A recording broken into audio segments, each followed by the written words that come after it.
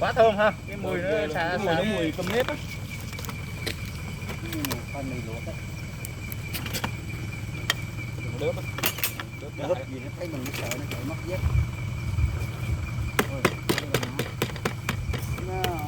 Anh từ từ đấy, cái để từ cho ra cái bình tĩnh để cho ra. Cái con hướng này. Dạ, ngoài ngoài. Này bây giờ Mập ú luôn. con này ở nhà nó cháu sửa không giờ ra đấy nó sửa đâu uống. Rồi, đi. Con này vào bắn nó dã chưa anh? Ở đây mấy bữa là gặp bài đàm hết mà. Đi nhá. Đây